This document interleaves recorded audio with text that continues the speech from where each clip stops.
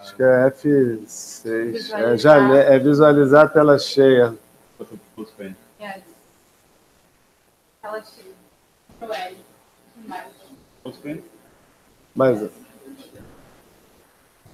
Bom dia, pessoal. Então, essa é a única fala em português hoje, né? Para dizer que vai ser um seminário todo em inglês. So I'm very pleased to introduce my dear friend, Eric Ohuma from UK, Kenya, Canada, from all around.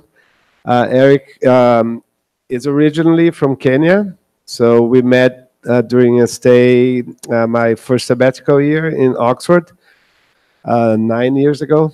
We become great friends and still collaborating these days. So it's a great pleasure. He's spending a whole week with us. He's a great expert on growth and also gestational weight gain. So Diana is going to introduce him briefly, and I hope you guys enjoyed this seminar. And please do make questions at the end, okay? Thank you, Gilberto. Eric, we are delighted to have you here. It's a pleasure, and I hope you guys enjoy the presentation. Dr. Ohuma holds a Bachelor in Applied Statistics from Mizzano University, Master degree in Medical Statistics from London School of Hygiene and Tropical Medicine, and his PhD is from Oxford University, also in Medical Statistics. His statistical interests lie in methodological and statistical issues in the study of human growth, clinical prediction modeling, and maternal and child health. Other interests include teaching and capacity building. So thank you so much, Eric, for today. Thank you, obrigado. I'm sorry that I'm going to be speaking in English. I'll try to be as clear as I can be and maybe not speak too fast. And I hope that you all going to follow. I'd like to just say thanks to Gilberto for inviting me. And it's been a great pleasure. It's my first time in Brazil, so I'm enjoying the warm weather. It's quite cold in Canada, where I am at the moment. So it's a good to be here to get 1 week of sunshine, but also obviously work with your team. So I'm going to spend the next maybe 40 minutes or 50 minutes sharing some of the work that I've been involved in the past few years, some with the many collaborators, and is also the main reason why I'm here, trying to work with Gilberto's team in some work that we've done in the past, and also some shared interests. This is just a little bit about me, which has already been alluded to by Diana. I'm currently at Sick Kids, which is the hospital for sick children in Canada. I'm a senior research associate on a fellowship, on a child growth and development fellowship. My current projects that I'm working on is looking at statistical modeling of child growth trajectories using DHS data. I don't know if any of you know about the DHS data, but DHS is demographic health survey data that is done in mainly low middle income countries and emerging countries. So a lot of countries are involved in this. So I'm looking at lots of this data, which is millions and millions of records. This is data that's available over the years. The DHS surveys are done in multiples of every 2 to 3 years. Some years do it annually. So there's data coming from all the way from back in 2000. So there's lots and lots of data. And also involved on a new project that is starting on with a team in Canada, which is looking at symbiotics. Anybody know about symbiotics or probiotics, like yogurt? So yogurt and how that influences your gut function and how that has impact in children in preventing sepsis, which is an infectious disease. So there is a trial that was published in Nature that showed the beneficial effects of probiotics when it's given to children in preventing infection specifically sepsis and mortality. So there's a new study that was done in India. This is a new study that is currently going to be running in Bangladesh to try and kind of validate that study, but also there's a huge spectrum of other questions we are trying to answer. I'm just part of the team. There is a huge team that is actually leading this trial. Before that, as you've said, I was in Oxford, still in Oxford actually. I was a senior medical statistician, and part of my role there has been as a lecturer. So I lecture on a master's program in international health and tropical medicine. And maybe, as I understand, the audience here are mostly students. Maybe I'll speak a little bit about that because it could be of interest to some of you. So this is a master's which is now in its 4th year. It's international health and tropical medicine, but actually think of it as global health. And we focus on students coming from low middle income countries and emerging countries such as Brazil. We invite students, very highly competitive, but the advantage is this program actually is able to secure funding for 99% of our students, fully funded on scholarship for your tuition fees and living expenses. So if anybody is interested, then you can follow up with me, or you can also get more details on the website as well. So on that program, I lead on epidemiology and statistics. And then maybe more relevant to this is I was the lead statistician on this international project called the Intergrowth 21st Project, which I'm going to be telling you more about in the next couple of minutes. And that's how we met with Gilberto 8 years ago when he came to Oxford for a year. And my PhD was also embedded within that particular project. That's just what I'm going to be talking about, so I don't need to read that. So this is just to start you off, and I actually don't know kind of where everybody's coming from, but this is just to say that we're talking about growth, child growth, neonatal growth, preterm growth, you know, human development, how you, from where you start on from very young, as you're born and as you grow. Really, there's a lot of things that really have impact on growth, and all you're saying here is that growth is a complex construct. Excuse me. Growth is a complex construct. Yeah, I've been told it doesn't go back, only forward. So it's a complex construct. Which you can group it into several ways. So you can think of the greens, everything that's colored in green, as you're talking about maternal nutrition during pregnancy and diet, breastfeeding practices, weaning practices, childhood nutrition, food security and quality. All these are constructs to do with either the maternal diet or the child nutrition have impact on the growth. And that's why you have people who are focusing on questions regarding maternal nutrition, breastfeeding practices, and how they impact on growth.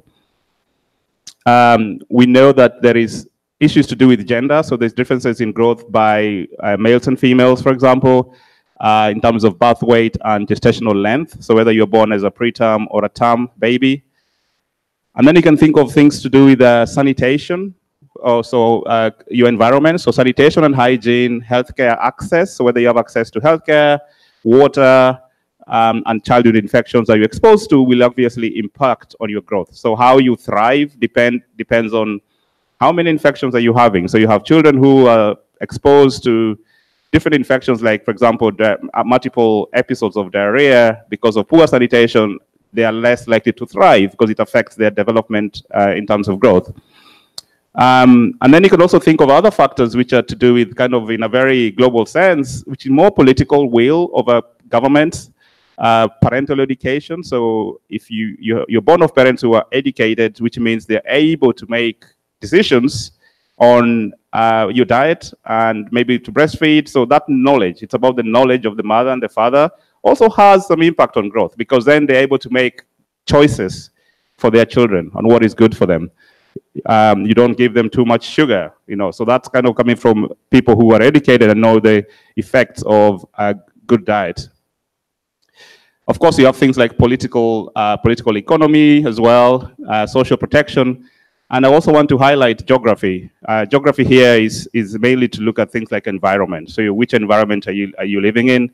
And you can think of examples of how different people born of the same age with the same, say, height, but growing in different environments will actually reach the growth potential is different because of what they're exposed to.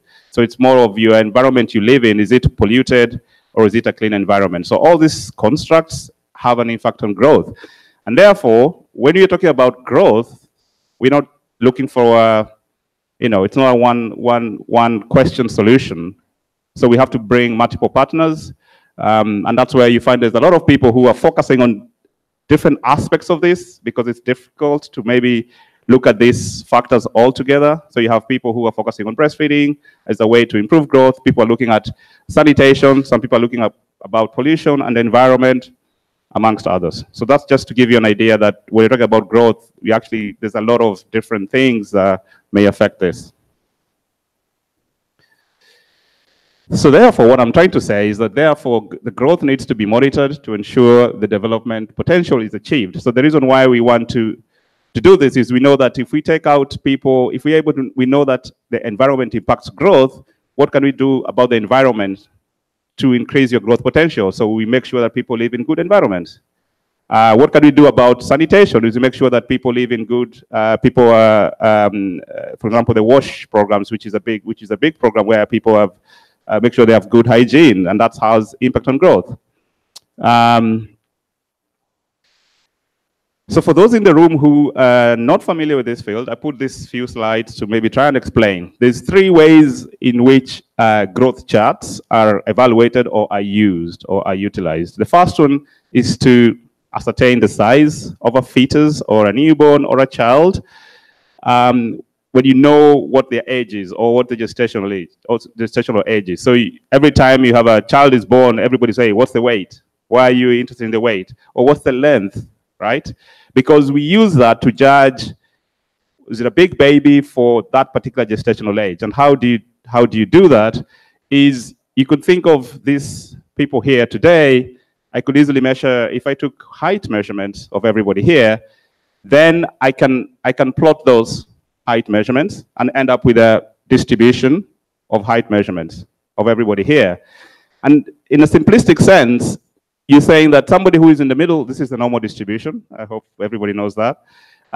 In the middle here is like the average height of everybody here. And people on the right means they are taller, and the people on the left means they are shorter. Excuse me. The idea is that people who are at extreme ends of this distribution, either shorter or taller, or it could be lighter or heavier, are indicative of some sort of, either you could think of a less growth potential. If you think about weight, you could think they're probably underweight. If you think about they're underweight if they're on the left side of the distribution, and they're overweight if they're on the right side of the distribution. And that's just to say that it's indicative that if you think about a child, they could be either malnourished, undernutrition, or they could think about overnutrition or obesity, right? And the reason why we care about that is used as a fast screening process by clinicians to say, investigate further whether this is linked to anything which is could be an outcome of interest. So that's one utility. So you actually say, if I take people of the same, with the same age and look at the height distribution, I can tell people who are for the same age, they're either heavier or lighter. And the people who are lighter, I want to know whether are they not eating properly? Are they not getting the right nutrients? And and we know that you can then use that to see how that relates to outcome. Okay, so that's kind of one utility on how these are used. And what I've just said is these measurements that are at extreme ends of this distribution, which means that side or that side, are indicative of either underlying pathology. Indicative is the word. It doesn't mean that you are, but it's indicative of underlying pathology.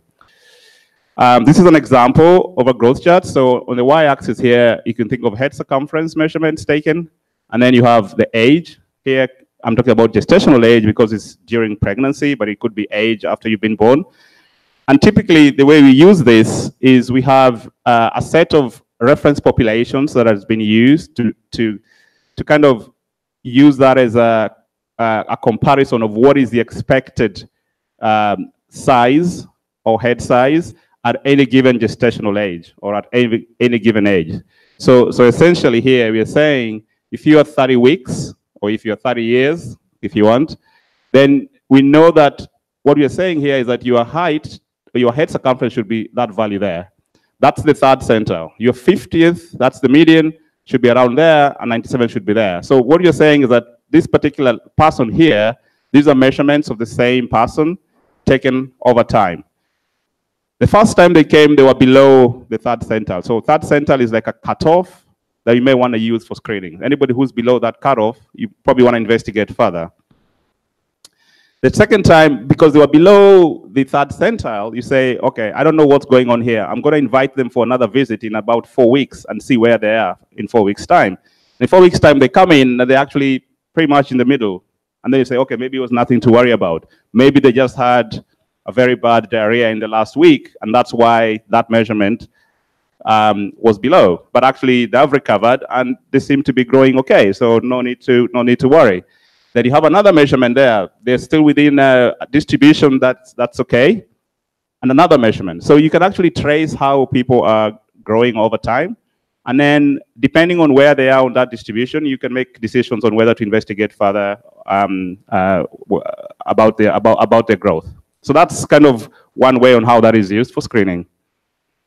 The second way in how we use this growth chart is to estimate gestational age from fetal size. So I'm talking about during pregnancy, women in the first trimester, they go for an ultrasound. We know there's a lot of variability in, first of all, in length of women's menstrual period, and also regularity of the menstrual period. And therefore, it's very difficult to rely on the dates that a woman will tell you to be able to evaluate how old the pregnancy is. Why is this important? This is important for one reason. It's only by knowing the exact gestational age that you can classify a child as either born term or preterm. So that classification is based on knowing the exact gestational age. If you have error in the estimation of that, it means that you can have misclassification of children either being classified as term or preterm and vice versa. So that's why it's important to be able to have a way of making sure that you know exactly how old this pregnancy is, because then that is used to make clinical decisions on whether this bone is born preterm, this person is born term, or actually they have gone beyond the normal expected gestational age for a human being, and therefore we should do something else and deliver the baby. So these are decisions that are based on knowing that gestational age is correct. And one way we do that with growth charts is during early in pregnancy. This is a fetus at about 12 weeks. And we can measure the length from the head to the bottom, which is a ramp. And using this measurement, we can translate that and estimate how old the pregnancy is. Okay? And that's what is typically done. So that length is called the crown arm length. Usually recommended if this is done in the first 14 weeks of pregnancy. That is why you always encourage to go for a first antenatal visit within the first 14 weeks. In other settings, that's not possible, where women come in later in pregnancy. So we miss them in the first trimester, they come in maybe 20 weeks. We still want to know how old the pregnancy is, because then that's the only way we can monitor this pregnancy. So the second other measurement that can be used is the head circumference, which is just the circumference of the head circumference of the fetus. So as the fetus grows, the head obviously gets larger, you can measure that circumference. And that's been shown to actually correlate very well with how old the pregnancy is. And so the idea is then we can use these measurements to estimate the gestational age as well. Okay, so that's another way in which these growth measurements are used. And this is an example of such a growth chart. So here we have the length that I showed you, the crown arm length. This is in millimeters. This is the size. And then on the y-axis is the gestational age. So essentially what I'm saying is if I measure a fetus and it's 55 millimeters, which is like 5.5 centimeters, essentially I'm saying that fetus is about 12 weeks. And that's what they do at the clinic. So they measure the fetus, then based on that, they convert it and they tell you, oh, I think you're 12 weeks pregnant, okay? And you can corroborate that with, obviously, the menstrual dates as well, just to see that they agree. So those are different ways in how you can do that. And the third way in which you utilize these growth charts is what we call velocity. So I showed you in my first plot where you have multiple measurements of the same person, same fetus. So that tells us the size at each time point. But actually, because these measurements are of the same person, we can actually also look at how fast the rate of growth is. So if you think in this particular case, you have measurements all along from early on up to 40 weeks. We're seeing how the baby is growing over time, right? So I can look at the size individually at every time point, but also I can look at the rate of growth as well across time. So that's another way of you can utilize growth charts. The reason why that's important is it's not just how what size you are today, but it's also like how fast have you grown between time A and time B. It also tells me something about your velocity of growth. And if I think that your velocity of growth is too fast, it just means that you're probably going to be given another X time. You end up being above the curve, obese or overnutrition. Or if you're going very slowly, it means that your growth is going down and you may end up being undernourished. So that's why maybe the rate of growth is also an important component when you're looking at growth. So those are kind of three ways in which you can utilize growth charts. And secondly, now that's kind of a bit of background. So the second thing I want to speak about is some of the review work that we've done, systematic reviews. So we looked at literature in studies in this area, which have looked at growth charts in general for different measurements. And the reason why we were interested in this is we wanted to evaluate how well these studies are done, so the methodological quality of these studies. This was based on a list of criteria that we defined. We independently derived this criteria and validated. And what we wanted to say is to be able to classify whether these studies we thought they were done well or not done well. The reason why this matters is because these charts are used in clinical practice. So it's important that they're of good quality and the studies are done well, right? So if they're not done well and then they're used in clinical practice, it means that, you know, they have issues when they're being implemented. We focused on three things. One is study design. So how these studies are designed in terms of the sample selection, sample size, pregnancy dating, etc. Statistical methodology, how the statistical methodology is applied to construct these charts. So I'm going to maybe give you some examples and then some reporting methods on how they have reported the results, because at the end of the day, these charts are consumed by clinicians. So it's important that the way that is communicated is important and is useful to the person who is going to be using it, which are the clinicians. Here are some examples of systematic reviews that we did. The first one was to look at fetal size during pregnancy. So you're looking at the fetal size, as I showed you, as the fetus is growing. There's so many charts that have been published. We looked at 83 published charts. This is around 2012 when we did this review. We also did a review of charts that are meant to, so if you follow up from my background, you'll see that this is one of the ways in which growth charts are used to monitor fetal size, as I said. And then the other way was dating. So we looked at charts that have been constructed for pregnancy dating, and there was 29 of those. And then we also looked at charts that looked at size at birth, when you're looking at measurements of birth weight, length, and head circumference. There's 102 charts that we found that were in use. This is in 2015.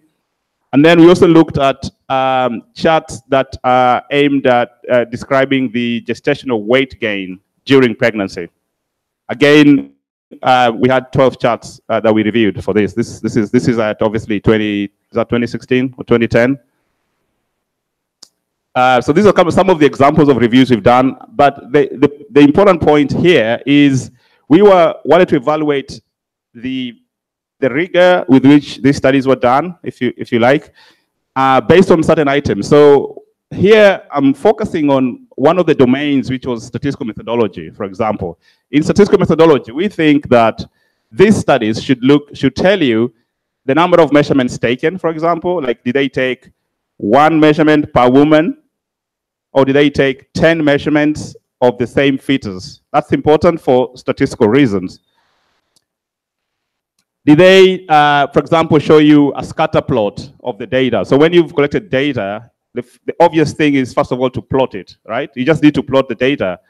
If somebody in a paper has reported something and not actually never showed you the raw data, then it's very difficult for you to evaluate everything else because you need to see the distribution of the raw data. So these are things that we thought were important to be reported. And in this particular case, the dark bars here is studies that we thought evaluated, for example, that particular item, and they had a low risk of bias because it was well reported. And if it wasn't well reported, it was a high risk of bias. Okay, so it's a very simple yes or no.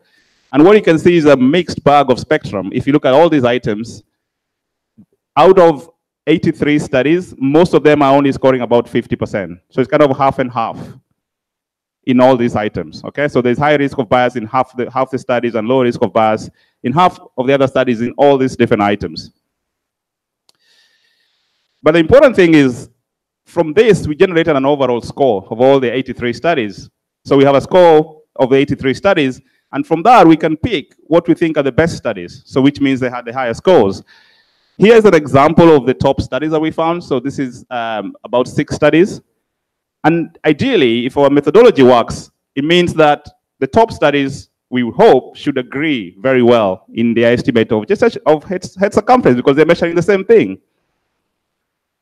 So we compared, say, at 28 weeks, what was the reported head circumference, the median head circumference across the top 6 studies.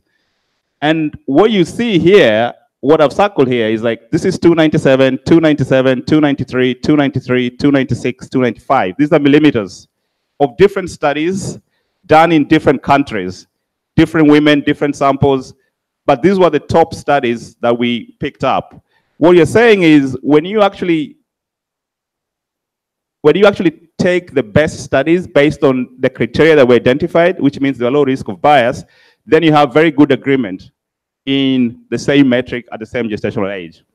The same thing is consistently at later in gestational age. So the point is, one, I think the simple quality score criteria that we came up with kind of seems to work because the ones that were scored highly agreed very well.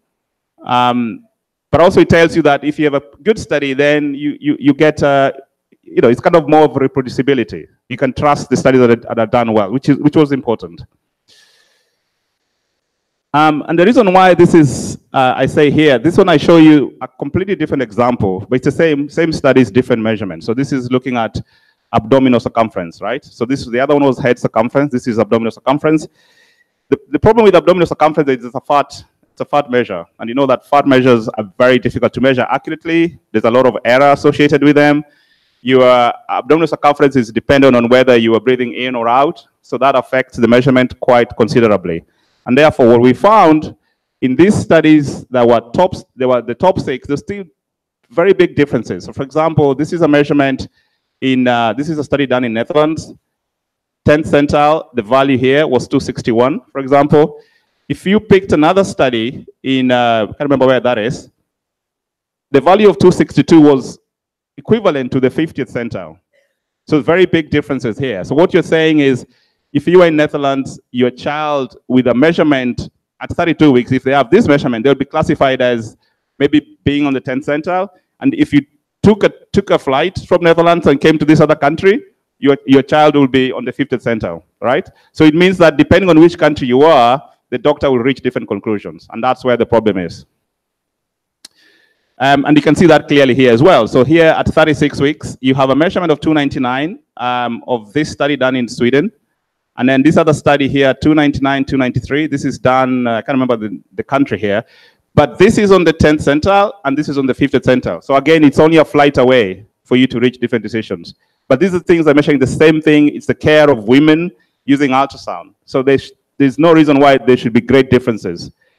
And to even make that point further is that within Brazil, for example, you probably just need to move from Pelotas to Rio to get those differences. And sometimes even from hospital to hospital, because different hospitals sometimes implement different charts. And therefore you can go to this hospital, you're classified as this, and you move on 2 hours away and you're classified as this. This one was showing just like agreement again of most of the charts, that the blue are the top charts and they can see there's very good agreement. The gray ones were those that were not very good, and therefore there's a lot of variability. So again, the same concept. This is just saying the same things. Another review that was done saying that if you use different charts, the number of fetuses classified as below a particular centile, the variability could range between 6 and 24%. So in summary, we saw there's great variability in study design, different populations, sample selection, methodology, and as a result, there's wide variability in the charts that are in use today. Some of the issues to then think about when you're designing these studies is what is listed here. So the approach, the study design, the purpose, the population, sample size, dating, how you conduct it, methodology, quality, and if you have multiple centers, how do you combine data from multiple centers? All those ideas are summarized in this paper that I wrote, which kind of says, if you are thinking today, I want to design a study in this area, what are the key things you should be thinking about? So when you're designing, the design and methodological considerations for the construction of human fetal and neonatal size and growth charts are summarized in that paper. So then you say, I want to do this. You probably start from there, giving you key ideas you should be thinking about when you're thinking about this study.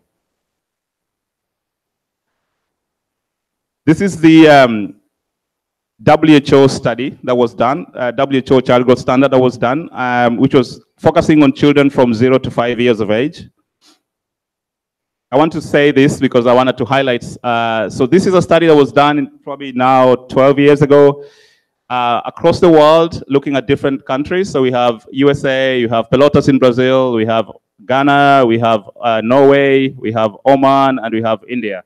And using data of women from all these different countries, the WHO constructed international child growth standards. The list of all those standards is here. And these are standards that are now used in over 150 countries. So these are like, including Brazil. So these are standards that are now in use currently. So the point is, what is missing from those charts is the growth during pregnancy. So the WHO charts start from 0, when the child is born. But we know that, you know, what about when they're still in utero? So we need to define those. The size at birth by gestational age. So the WHO charts also assume that everybody just is born at the same, assumed to be born start at 0. But we know that there are children who are born at 34 weeks, there are children who are born at 37 weeks, there are children who are born at 40 weeks, and those children obviously are not starting on the same level. And then what about preterms? So what about the children who are born small? What about them? Do they represent a different growth trajectory? So these are the questions that Intergrowth 21st Project aimed to achieve, to try and fill this gap that was left by the WHO, to create those equivalent standards similar to the WHO, but starting from the prenatal period. So basically filling that missing link, okay? The main objective was to assess the potential of fetal and newborn growth in different geographical regions, following very similarly to what the WHO did. And I briefly discussed these two ideas. So there's the idea of descriptive versus prescriptive. Descriptive is me coming to Brazil and going to the main hospital here, looking at all the deliveries happening in a particular hospital, measuring all the babies, their weight, and using those measurements to construct a birth weight standard. That is describing what's happening in Rio. I don't care where the women are coming from. I don't care about environments they're coming from. I don't care about the education. That's just describing what's happening in that population. The different idea is to think, hang on, when I go into a hospital and just take everybody, I'm just describing what is happening, but it doesn't tell me what is the growth potential of these women. For example, if you realize that the percentage of women who smoke in Brazil is, say, 20%, and that has effects on growth, what is the impact if you didn't smoke, what is the growth potential of these children? All right, so that's kind of a prescriptive approach. So you're trying to account for the things that are known to account for growth to be able to determine what's the growth potential of a particular child. So they live in good environments, so they're not living in polluted environments. They are born of mothers who are educated, so they can make good decisions about the care of their children and diet, and other practices that are known to impact on growth. So that idea is what is called the descriptive approach. It's kind of trying to determine optimal growth potential for a particular child. So these are the sites of the Intergrowth project. Again, we had Pelotas in Brazil, we had Seattle in the US, we had Kenya, and then we had Oman, UK, Oxford is the coordinating unit where I was based. We had a site in Italy, Torino, and then we had China and India. So we had 8 countries across the world. And again, loosely representing the different populations in a very loose sense. So, you know, an African population, an Indian population, a white Caucasian, Omani, Chinese, and so on. So we recruited, I'll probably jump this. This is just kind of the details of how we ended up recruiting a population, which I'll try and jump in the interest of time. But we ended up with about 4,600 women from these 8 sites. And from that, we had about 200 preterm. The thing to highlight here is the preterm rate in UK, for example, in general population is 9%. In this study, by following a strict criteria, we reduced that by half to 4%. And this was seen in all the sites on Intergrowth. So the preterm rate in Brazil is a lot higher. It's probably 14%, I think. And if you look in this particular cohort in Pelotas that were part of our study, that was reduced by half because we selected women that were considered to be healthy. And then there's 3 studies that we focused on. One is the fetal growth study. The next one was the neonatal study, and the third one was the preterm study. Because those are the standards that we wanted to create. I'm jumping this because this is unnecessary detail. But one of the things that we did is to ensure that how do I know that, for example, the fetuses of women in Pelotas were similar to the fetuses of women in Kenya, is we can construct separate charts based using data from each of those countries and then compare them. This is an example of two countries' data, and what you see here is there's no much difference, and therefore it's kind of reassuring to say that we could actually use the data from all these 8 countries to construct what we call an international standard for monitoring fetal growth during pregnancy, which is what we did. I'm jumping this because this is the necessary detail. And then this again is showing you the head circumference measurements from all the 8 countries. And you can see, you can't tell that there is a clear difference of any data from a particular country. And these are raw measurements. So again, you are saying, you could easily look at this and say, I can't tell the difference, but this is data from each of the 8 countries. Each country is branded by a different color, but it appears as if it's data which is from one particular country. So again, it's just saying that we can use all this data to construct, or we did, the international standards for monitoring fetuses. Again, this is newborn length, and we followed a couple of details of how we looked at the data was similar enough that we could use it to construct the international standards. That's the methodology that we used. And here is just to say that the amount of variability that we saw, because a fetus was born in Pelotas, or a fetus was born in Kenya, or a fetus was born in China, was very low. So we're talking about 1% of the variability was due to being in a different country. So 1% to 4% is the only amount of variability that we saw in growth that was just because somebody was in a different country. This is very, very much smaller compared to what you get within each of those countries. And this graph here just shows how the different countries compared at each time point for different measurements. So you have crown lump length, fetal head circumference, and when they're born. And you can see that all the countries are very similar in terms of the distribution. It kind of just reassures the fact that because of the careful selection, there is a lot of homogeneity. And therefore, we use all that data to construct the international standards. This is sensitivity analysis. Again, you cannot tell the difference, but that's data. We say, oh, let's think that the Brazilian women fetuses are bigger. Let's take the data from Brazil out, and then we reconstruct the standards. You superimpose the curves, you don't see any difference. So why would you want to remove the data from Brazil? So that's, again, is some of the sensitivity analysis that we did to ensure that we're not comparing apples and mangoes, if you like. And then we did the same for a different measurement. Again, no much difference is seen. And that led to this paper that we published in The Lancet, which kind of documents all that analysis of ensuring, of saying that we think that this data is similar enough that we use it to construct international standards. So that's a summary of that particular analysis. The second component is statistical methodology that we looked at. And I will skip this because most of you are not statisticians, but this is a summary of the methodology that was applied in the Intergrowth project. So I summarize this, and I've summarized this in a paper. So for those who are interested, again, it's a statistical methodology that we use for constructing all the international standards from the Intergrowth project, for those who are interested. And so we've done looking at the data sets together, we've done the sensitivity analysis, and now the product. So the product is the standards, which is what we wanted to do. This is one of them. So we published this international standards for monitoring fetal growth in The Lancet. So that's published. It's now being used by some of the countries. The hope is it's widely adopted by many countries.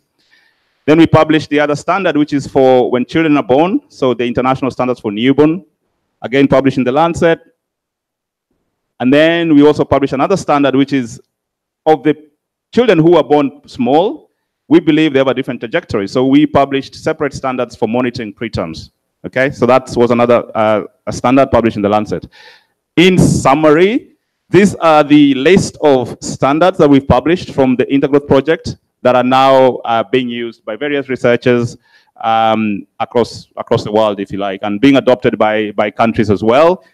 To complement kind of the WHO. So the WHO standard is already in use, and this is a set of tools that were missing that complements that or kind of completes the set. So all this have already been published. And then we have a website which has all these products. We have charts for use that people can refer to. We can have charts there we publish. There's a tool, like an app that you can use. There's a website which has all these details for those who are interested. And that's our website, and some training materials too. And then this is to almost finishing. This is the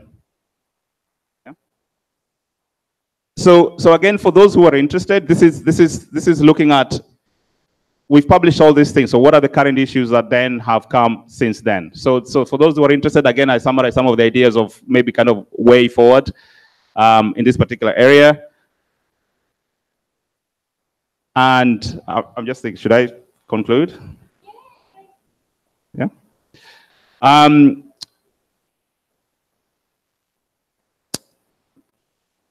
Intergrowth published all these standards. There's another study that was running at the same time in the US, funded by the NIH. So it's a the NIH CHG fetal growth study approach, and they did something very similar to Intergrowth.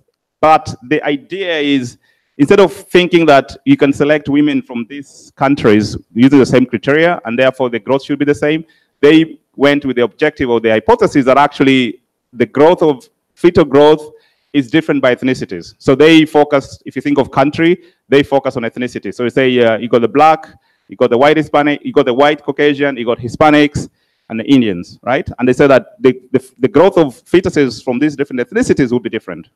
And they did something very similar to Intergrowth. But let's see how these two things compare.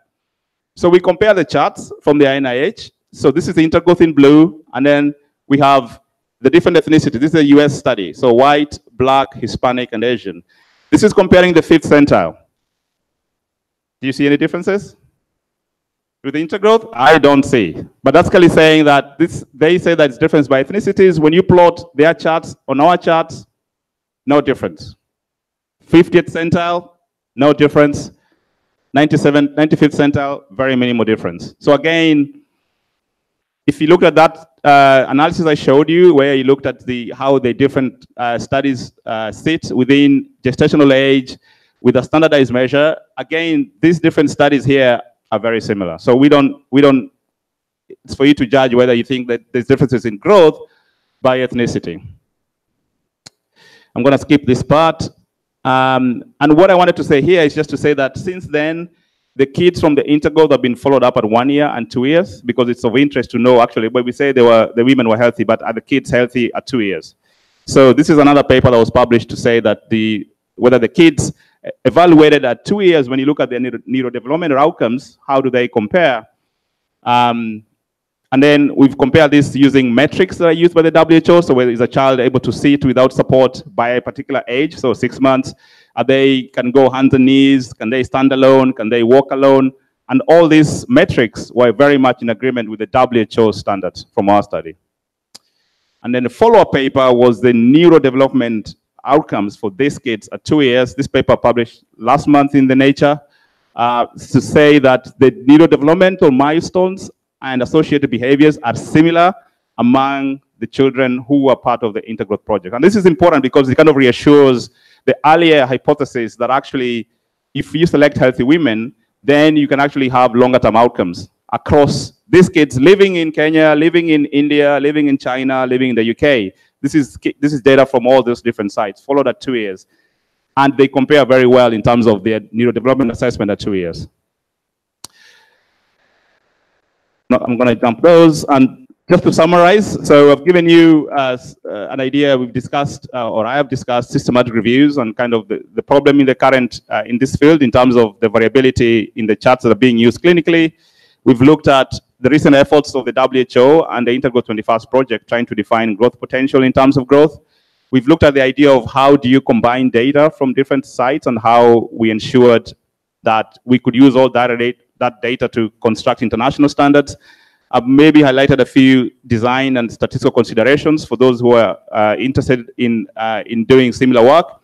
And then some current developments which I haven't discussed, but for those who are interested, there's a link to the paper. This is a picture we took several years ago with members of the steering committee of the Intergrowth.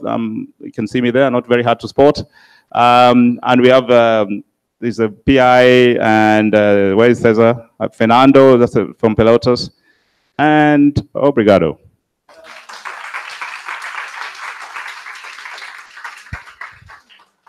Thank you, Eric. It was a very good presentation. We are now open for questions for the audience. Anyone have questions?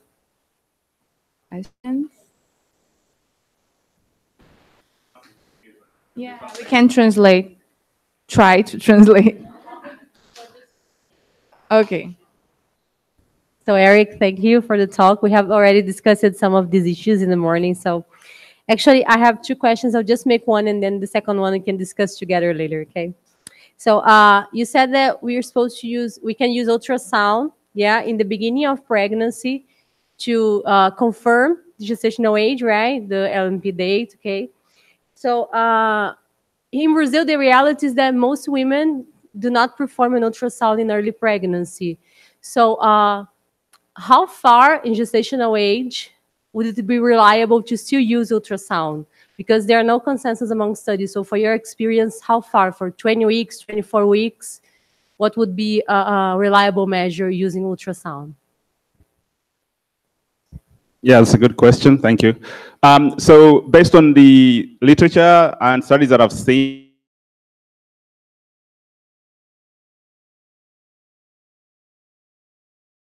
weeks. Up to 24 weeks, you are able to get a good estimate of gestational age. Beyond that, it becomes difficult for obvious reasons, because as a woman is growing bigger, there's fat tissue, you have ultrasound, and getting measurements of the head, it becomes less accurate. So I think up to 24 weeks, head circumference is recommended. And then what I did not discuss is exactly what you're trying to raise is, for a lot of other settings in low middle income countries, women show up even like in the 3rd trimester, and you don't know how old the pregnancy is. So some of the work that we've done is to create an estimate of gestational age. So it's an estimation of late gestational age. So these are women who come after 25 weeks of pregnancy. We still need to date them, even though they showed up later.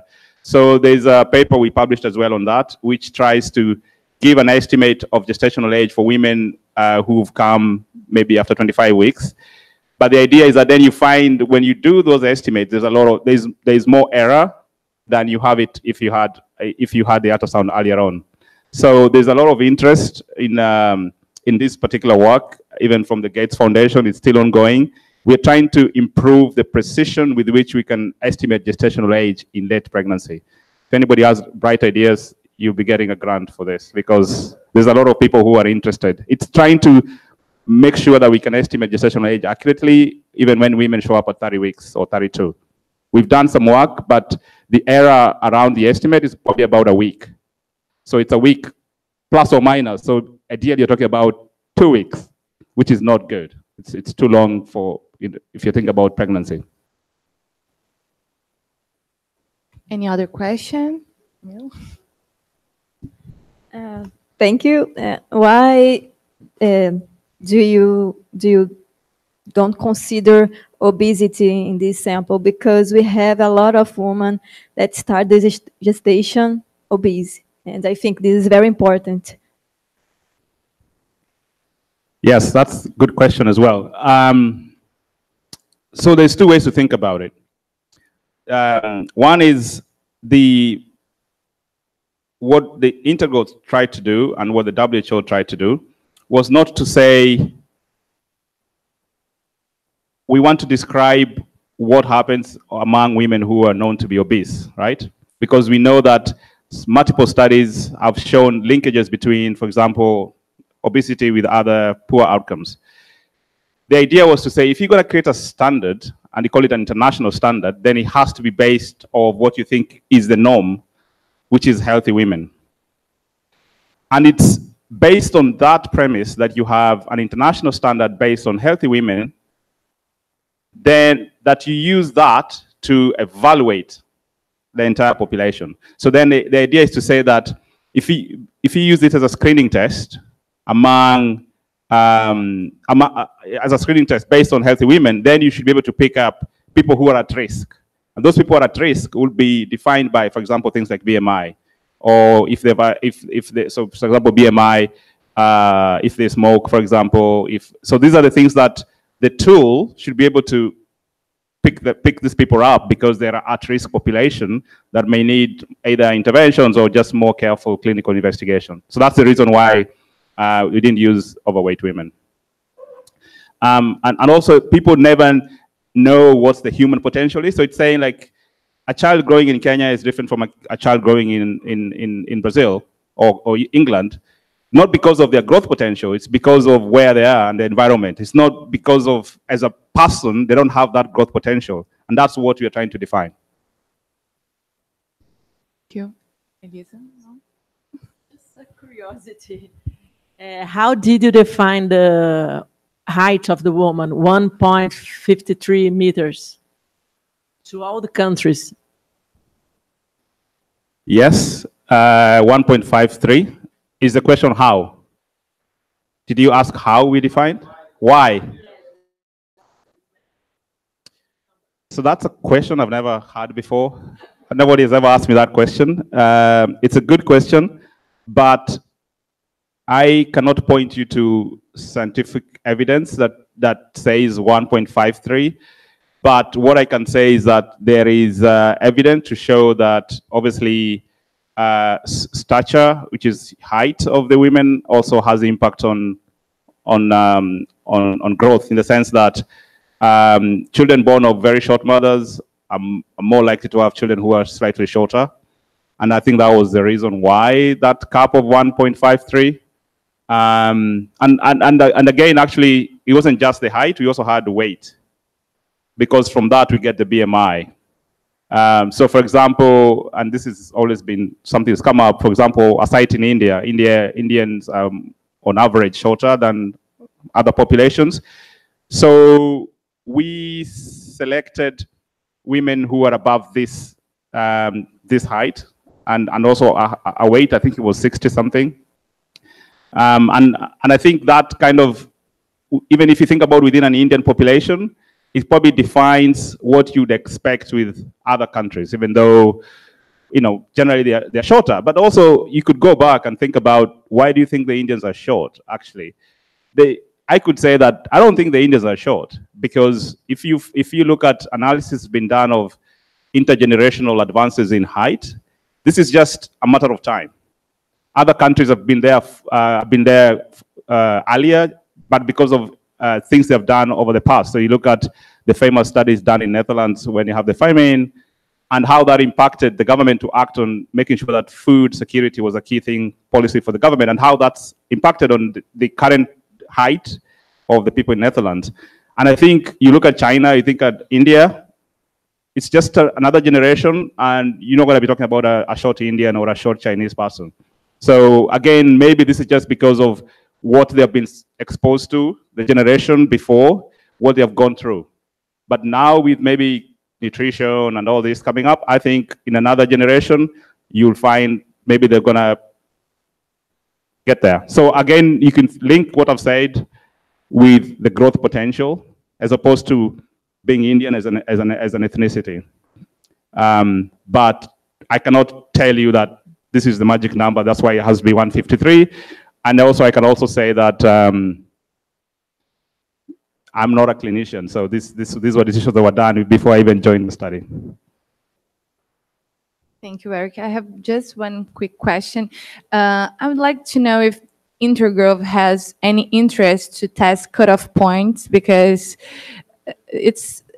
I believe that's information that it's missing for us to use these curves and to estimate the risks for the children. Yeah, that's a good question. One of the difficult things with the Intergrowth is because we have an international standard that's based on a healthy population, which means most of our outcomes were good outcomes. So we had less poor outcomes that we could use to evaluate how sensitive or specific the Intergrowth cutoffs are, because we don't have the poor outcomes. Because most of the children ended up with good outcomes. So we couldn't evaluate that within Intergrowth project. The only other way to do that is to apply that to external populations or external data sets. Thank you so much, Eric. Thank you for the audience.